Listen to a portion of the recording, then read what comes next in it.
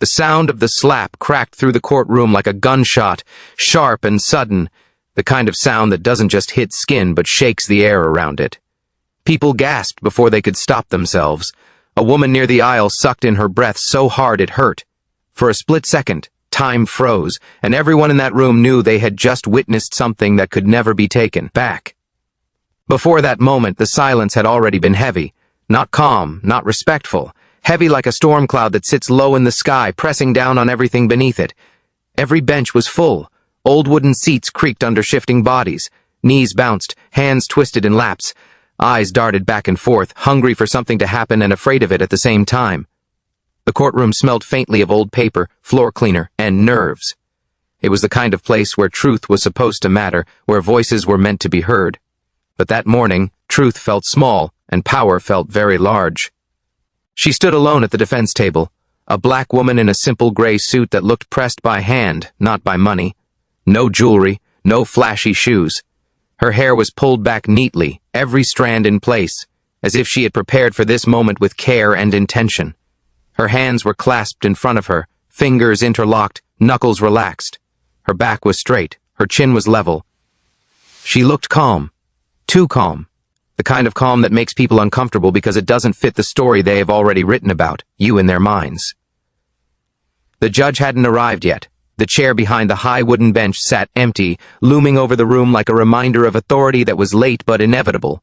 Still, power was already present. You could feel it moving, pacing, breathing, and it wasn't standing beside her. The police officer owned the space, like he believed it belonged to him. He paced in short, sharp steps, boots clicking against the floor in a steady rhythm that demanded attention. Click, click, click. His jaw was tight, teeth clenched so hard you could see the muscles jump under his skin. His uniform was crisp. His badge caught the light every time he turned, flashing like a warning. He wasn't supposed to be the main character in this room, but he had decided he was.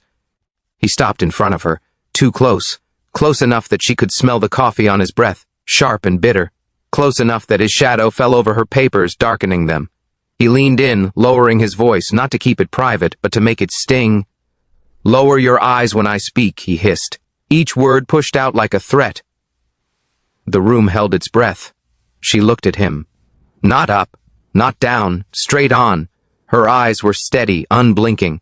They didn't challenge him, but they didn't submit either. They simply existed, and that was enough to offend him. She didn't move. She didn't flinch. She didn't lower her eyes. Something in the officer snapped. It happened fast. Too fast for anyone to stop it. A sudden movement, a blur of motion. The sound came next. A loud, flat crack that echoed off the walls. His hand struck her face with open force, the kind meant to shame as much as hurt. Gasps exploded across the room like fireworks. Someone dropped a notebook, and it hit the floor with a hollow thud that sounded far away. A bailiff froze mid-step, one foot lifted, unsure whether to move forward or back. A man in the back row whispered, "Oh my God," without realizing he had spoken out loud. The officer straightened slowly. He exhaled through his nose, a short, satisfied breath, like someone who had just finished something he'd been wanting to do. There was a flicker of a smile at the corner of his mouth. Not joy. Control. She stumbled sideways from the impact. Her shoulder bumped the table. Papers slid. For half a second it looked like she might fall. She didn't. Her shoes found the floor. Her body steadied itself. She stood there, absorbing the pain, the shock, the eyes on her. The room waited for her to break, to cry, to shout, to shrink. Instead, she slowly lifted her head. Her cheek was already turning red, the mark of his hand blooming against her skin like a bruise that couldn't wait. Her eyes, though, were clear, bright, focused. They burned with something deeper than anger, something controlled. She looked at him again. "You will regret that," she said softly. Her voice didn't rise, it didn't shake. It was calm, almost gentle, and that made it louder than a scream. The officer laughed, a short, sharp sound that bounced off the walls and came back to him. He tilted his head, amused, like she had just told a joke. "In my courtroom?" he sneered, spreading his arms as if to show off the room. "Know your place." Somewhere near the front, the court clerk swallowed hard. The sound of it was small but noticeable in the quiet. The bailiff's hands tightened into fists at his sides. People exchanged looks, the kind that say, "This is wrong, but I don't know what to do." The doors behind them creaked open. Every head turned, expecting the judge. No one entered. The doors settled back into place with a soft thud. Silence returned, thicker than before, and then something strange began to happen.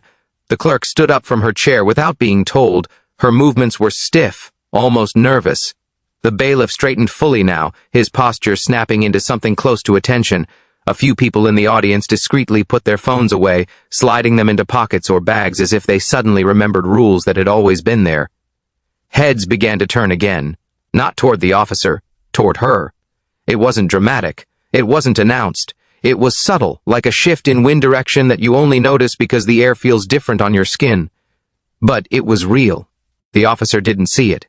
He was still riding the high of what he had done, still drunk on the belief that his badge made him untouchable, still convinced that he had just reminded everyone in that room who held the power. He took a step back, crossing his arms, surveying the room like a man satisfied with his work. His eyes skimmed over faces, daring anyone to challenge him. No one did. At least, not yet. She stood quietly, her hand brushing the edge of the table. If you didn't know better, you might think she was shaken, that she was trying to steady herself. What she was really doing was waiting for the moment to arrive, because while he thought he had taken something from her with that slap, he had actually given her something else. Time, witnesses, a line that could not be uncrossed. Her. Mind moved faster than her body. She took in the room, the way people avoided the officer's eyes now, the way authority seemed to be holding its breath. She felt the sting on her cheek, the heat of it, but she didn't let it touch her core. She had learned long ago that reacting too soon only feeds people like him. The officer shifted his weight, his boots scraping softly. "We'll continue when the judge gets here," he said loudly, as if reclaiming control through sound alone. "Until then, you'll stand there and remember who you're talking to." She nodded once. Not in agreement, not in submission, just acknowledgement. The clerk cleared her throat. "Sir," she began, then stopped, unsure of how to finish. The officer shot her a look that shut her down instantly. The room sank back into uneasy stillness. Minutes passed, or maybe it was seconds. Time felt strange, stretched thin.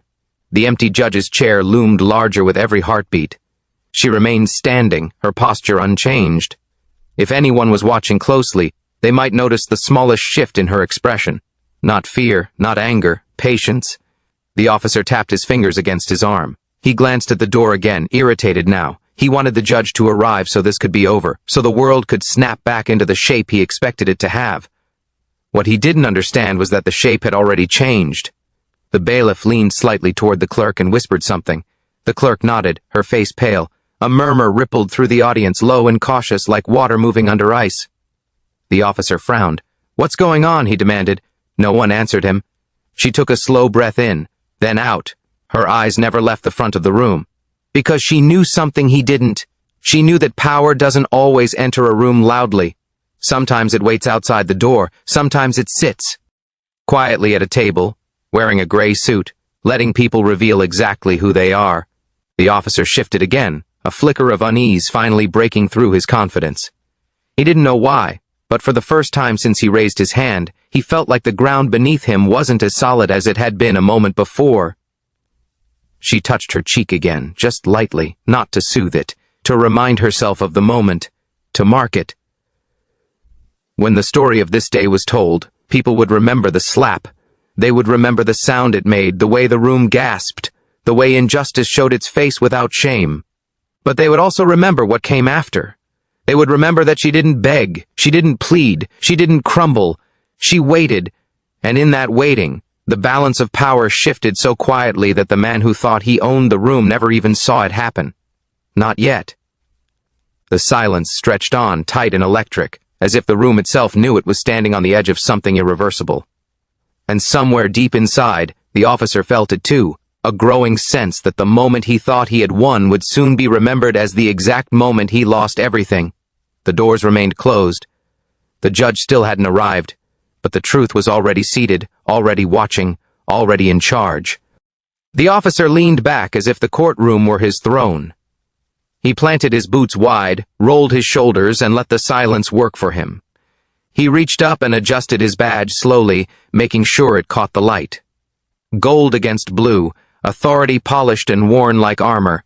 Then he smiled, Not at her, at the room, at the people who were watching and saying nothing. "You think you can threaten me?" he said loudly, his voice filling every corner. He wanted it to echo. He wanted it remembered. "I am the law." A low murmur rippled through the benches, then died just as fast. Heads dropped, eyes turned away.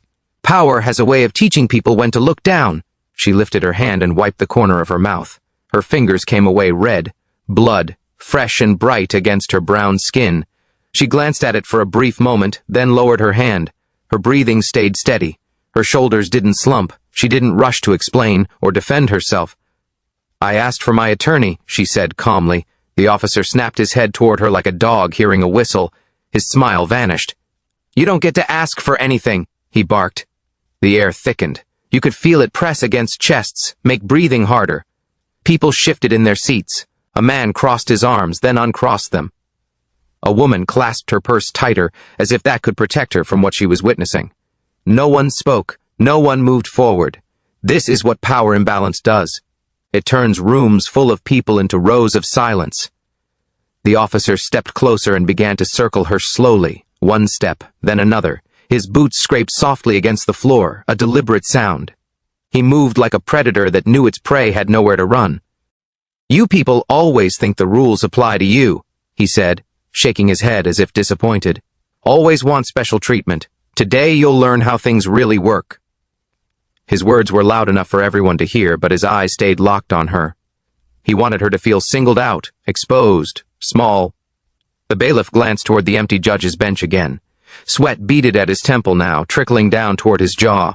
His hand hovered near his belt, unsure what to do with itself. Something felt wrong, and he could feel it sinking into his bones. The clerk sat stiff, her lips pressed together so tightly they turned pale. The officer stopped directly in front of her, too close, close enough that she could feel his breath on her face, close enough that he was daring her to react. "Apologize," he demanded. Now, the room waited. Everyone did. This was the moment people expected her to give in, to lower her head, to say the words that would let things return to normal, even if normal meant injustice. She met his eyes. No. The word was soft, but it landed like a hammer. For a split second, the officer looked stunned, as if he hadn't heard her right, as if the idea of refusal hadn't even been on the table in his mind. Then his face twisted. His jaw clenched so hard the muscle jumped again. He straightened, puffing himself up, and raised his voice. "You're being charged with disorderly conduct," he announced, pointing at her. "Resisting an officer. Failure to comply." Whispers fluttered through the benches. People leaned toward one another, confused. Some frowned, some nodded as if they expected this all along. "And let's not forget," he continued, pacing again, "prior incidents, failure to appear, obstruction." None of it had been proven, none of it had been said in front of a judge, but he said it like it was already written in stone. Each accusation piled on top of the last. Each lie stacked the injustice higher. The room buzzed with murmurs now, low and uneasy. A man near the back shook his head slowly. A woman pressed her hand over her mouth. She didn't respond. She stood there, shoulders squared, eyes forward. No tears slid down her cheeks. Her hands didn't shake. She didn't beg. She didn't plead. She didn't try to explain herself to people who had already decided who she was. She held on to her dignity like it was the one thing they couldn't take unless she handed it over. The officer mistook that silence for weakness. He always had. Men like him often do. They confuse calm with surrender. They mistake restraint for fear. He turned toward the bailiff. "Take her into holding," he ordered, his voice sharp and final. The bailiff hesitated, just for a moment, long enough for the officer to notice. "You didn't hear me." The officer snapped. The bailiff swallowed. His eyes flicked toward the judge's bench again, still empty, still waiting. He took a step forward, then stopped. That's when the courtroom doors opened again, not with a creak, with weight. The sound was different this time, heavier, solid. It carried authority with it, like the door itself knew something important was passing through. Footsteps followed. Slow, confident, measured. Every head turned at once. The clerk swallowed hard, her throat working visibly. She pushed her chair back and stood, almost on instinct. The bailiff snapped fully to attention now, his spine straight, his hand dropping to his side. The officer felt it then. A chill crawled up his spine, slow and unwelcome. His heart skipped, then beat harder. He didn't know why, not yet, but something inside him whispered that he had misjudged the moment. The footsteps came closer, and for the first time since the slap, since the shouting, since the lies, the officer felt something he hadn't planned for. Fear. The room held its breath as the figure approached, and the power he thought he owned began to slip, inch by inch, out of his hands. The room stood as one, not because they were told to, not because fear demanded it, but because something in the air shifted, and every person felt it at the same time, not for the officer, for her. She was still standing where she had been moments before, her cheek still marked, her posture still steady, but now the silence felt different. It wasn't heavy anymore. It was alert, awake, like the room itself had realized it had been wrong about who held the weight. She turned calmly toward the entrance as footsteps came to a stop just inside the doorway. A senior court official stepped forward, his suit sharp, his face serious. He didn't glance at the officer, he didn't scan the room. His eyes went straight to her. His voice was steady, clear, impossible to mistake. All rise for the presiding judge. For half a second, no one moved. Then benches scraped, shoes shuffled, bodies lifted as one. The sound filled the room, loud and unified, like a single breath being released after holding it too long. The officer froze, not stood, frozen. His eyes darted around, confused, searching for the judge he expected to see. His mind raced, trying to catch up to a reality that had just shifted faster than he could follow. Her expression didn't change, not even when the official took another step forward and added, "With quiet respect, Your Honor, the courtroom is ready." The words landed softly, but they hit hard. She took a breath, slow, measured, the kind of breath someone takes when they are about to step fully into who they are, not who others decided they should be. Then she moved.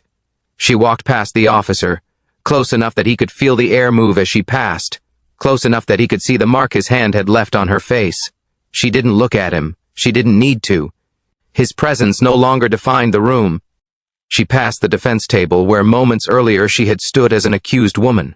She passed the stunned faces in the benches, eyes wide, mouths slightly open. Some people stared in disbelief. Others lowered their gaze, suddenly embarrassed by their silence before. She climbed the steps. Each step echoed, not loud, clear, and then she sat down, right there, in the judge's chair. For a heartbeat, no one breathed.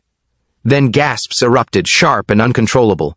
Phones slipped from hands and clattered onto the floor. A woman near the aisle whispered, "Oh my God," as if saying it might make sense of what she was seeing. The officer's mouth opened. Nothing came out. His face drained of color. The badge on his chest suddenly looked smaller. He took a half step back without realizing it, his boots squeaking against the floor. The room that had once felt like his stage now felt foreign, hostile. She accepted the robe handed to her by the clerk. The clerk's hands trembled as she passed it over. She slipped it on with practiced ease, smoothing the fabric over her shoulders. The robe settled into place like it had been waiting for her all along. She looked out over the courtroom, really looked. Her eyes moved slowly from bench to bench, taking in the people, the tension, the silence. When she spoke, her voice carried weight, not volume, authority. "Officer," she said evenly, "state your badge number." The officer blinked. Once, twice. His mouth worked before sound finally came. I. He swallowed hard. His hands shook as he reached for his chest, fingers fumbling against the badge that had never failed him before. 47821, he stammered. Every number echoed. Moments earlier, he had been untouchable. The loudest voice, the biggest presence. The law, as he liked to say. Now he stood exposed under the very system he thought he controlled. She nodded once, then looked down briefly as if confirming something already known. When she looked back up, her gaze was sharp, focused.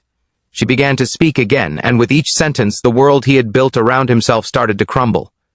She recited policy, procedure, law, not in anger. In fact, she spoke of use of force, of courtroom conduct, of constitutional rights, of the clear line between enforcement and abuse. Her voice was calm, almost instructional, but every word cut deeper than shouting ever could. She named violations, specific ones, dates, standards. She referenced witnesses sitting in the room, eyes widening as they realized they were being seen and counted. The officer tried to interrupt once, just once. She raised her hand slightly. He stopped.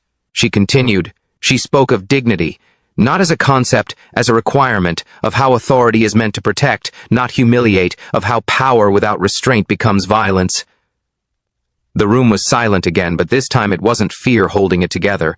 It was awe, and something close to shame. She paused and looked directly at him. "Do you deny striking a defendant in open court?" she asked. He opened his mouth, closed it. His eyes flicked toward the bailiff, toward the benches, toward the door. "No," he whispered. That word sounded very different coming from him. She nodded, once more. Security began to move, not toward her, toward him. Two officers stepped forward, their expressions professional but firm. One of them avoided his eyes, the other met them briefly, then looked away. They took his arms gently but decisively. The officer tensed, then sagged. The fight drained out of him all at once. As they turned him toward the exit, he looked back at her. Their eyes met. There was no anger in her gaze, no triumph, no revenge, just disappointment, the kind that hurts more than hate. The slap replayed in everyone's mind, the sound of it, the shock, the way it had seemed for a moment like nothing would come of it. But now it sounded different. Now it sounded like consequences. As the doors closed behind him, the room remained standing, frozen in the moment. No one spoke, no one moved. They had just watched power reveal itself, not in a raised hand, but in restraint, not in humiliation, but in justice. She sat quietly for a beat, letting the weight of it settle. Then she straightened slightly in the chair, her voice steady once more. "Court is in order," she said, and in that instant, everyone understood. The chair had changed everything. The courtroom exhaled. It wasn't a sound you could hear with your ears. It was something you felt in your chest, a release, a letting go. Like everyone in that room had been holding their breath together and only now realized it was safe to breathe again. Order had been restored. The rules were back where they belonged. But something deeper had shifted beneath the surface. Something that wouldn't return to the way it was before. You could see it in the way people sat differently now. Straighter, more aware. You could feel it in the silence, which no longer felt heavy or afraid, but thoughtful. Changed. She sat in the judge's chair, steady and composed, her robe falling neatly around her shoulders. The mark on her cheek had faded slightly, but it was still there, a quiet reminder of what had just happened. She looked around the room slowly, her eyes moving from face to face. She didn't rush. She let the moment stretch, let the weight of accountability settle where it needed to land. "This court will not tolerate abuse disguised as authority," she said. Her voice wasn't loud. It didn't need to be. The words carried themselves.